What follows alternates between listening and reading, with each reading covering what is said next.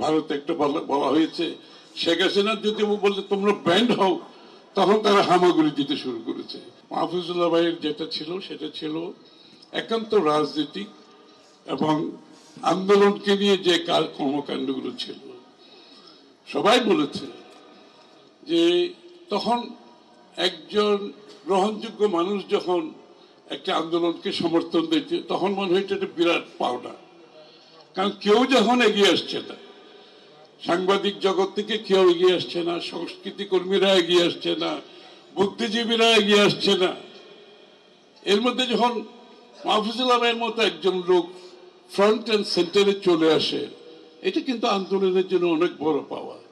এই যে বিগত বৎসরগুলোতে আন্দোলন পুঞ্জীভূত হতে হতে যখন ফ্যাসিস্টের পতন হলো, এর মধ্যে মাহফুজুল্লাহর ফুটপ্রিন্ট অত্যন্ত গুরুত্বপূর্ণ।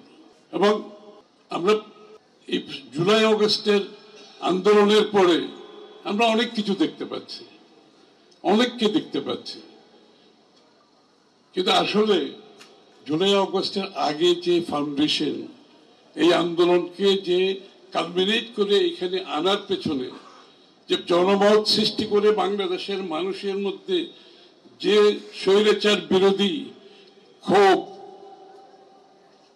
বিরোধিতা এবং স্বৈরাচার পতনের জন্য যে জিনিসগুলো পুঞ্জীভূত হয়েছে বিগত বছরগুলোতে, সেখানে মাহফুজুল্লাহ ভাইয়ের বিরাট অবদান এবং সেখানে আমরা ওনাকে পেয়েছি, সেটা সবচেয়ে গুরুত্বপূর্ণ।